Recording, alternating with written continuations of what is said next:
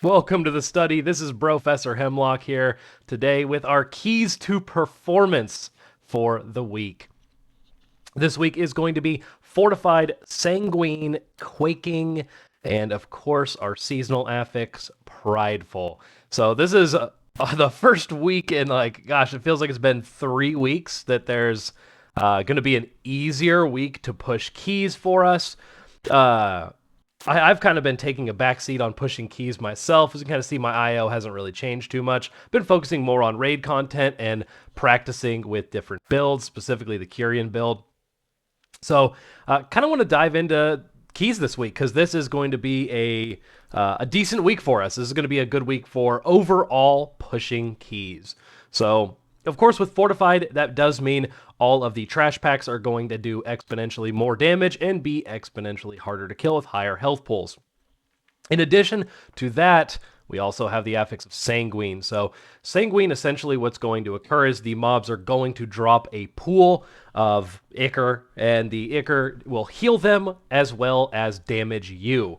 So on Fortified, with combinations with Sanguine, you're going to have really difficult trash pulls.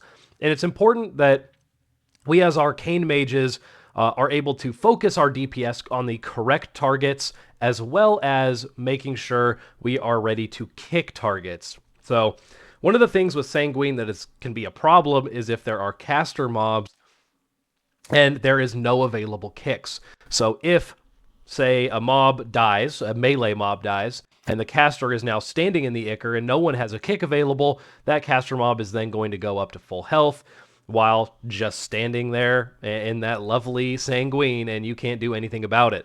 So it is very important that you do make sure to either kill caster mobs first or focus fire caster mobs, or have a kick ready for if they're casting and a melee mob dies first.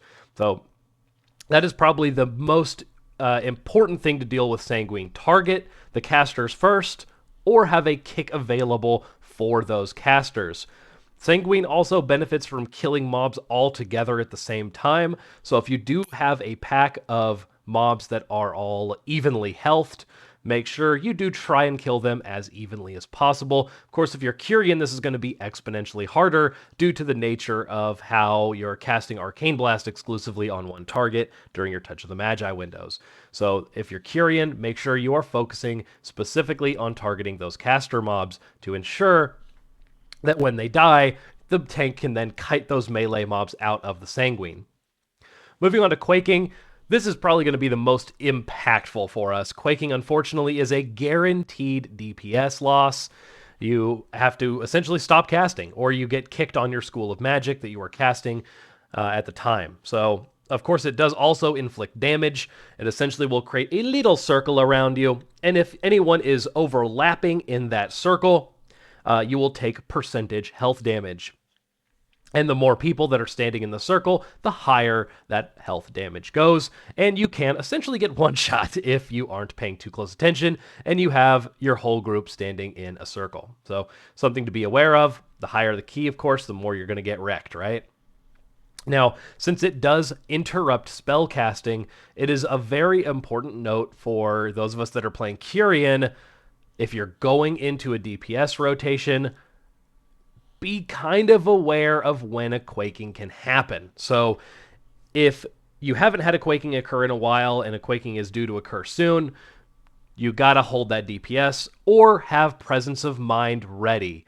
So this is very important. Presence of Mind is going to be of extreme value, really for all of us this week. If you are going into an AP go, have Presence of Mind just in case a Quaking occurs. So that is super important to have ready and available to us. Of course, this does mean you're going to experience generic DPS losses on bosses, but with the week being fortified, that shouldn't be as big of an issue. So just make sure you either have a stop cast macro set up, or that you can also keybind something for stop cast as well, where if you are in the middle of a cast, it can cancel cast without requiring you to move. And it is a little bit more efficient as you can go straight into the next global if you were, like, say, in the middle of at the tail end of like an arcane blast or something like that. Okay. And of course, Prideful. Now, Prideful this week, you're most likely still going to have some Pridefuls on bosses, but there should be a fair amount of Pridefuls on different keys depending on the dungeon where they are occurring with packs. So this is kind of something to be aware of. You want to know when Prideful is going to spawn, and you want to try and time it so you have your AP go available for that Prideful spawn.